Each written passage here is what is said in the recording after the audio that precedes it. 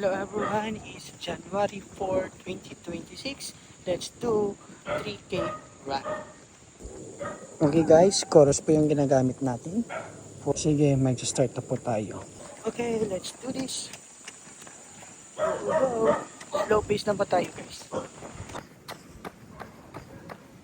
Alam nyo guys, this is a Balik Alindog program. No, kasi tumataba na po tayo. And kailangan na po natin mag-lose weight. Yun, kasi last year puro bundok tayo, akyat lang akyat.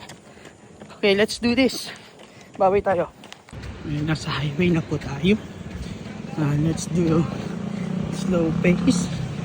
7 minutes per kilometer yung pace po natin.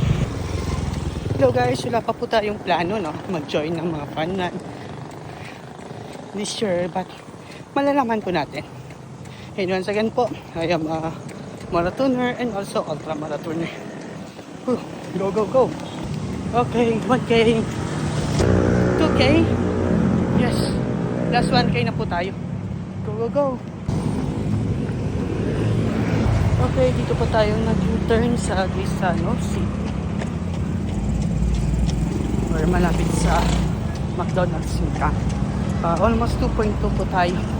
Nag-turn. Last 800 na lang po. Here we go. Okay, last 400 meters. Okay, we're done. Our 3 kilometer run. Ayun po, tapos na po tayo sa 3K natin. Then, meron na po tayong 1K for walk. No, for hold up. Ayun po, no? Please follow, subscribe, and like my videos. See you on my next run or my adventure. God bless.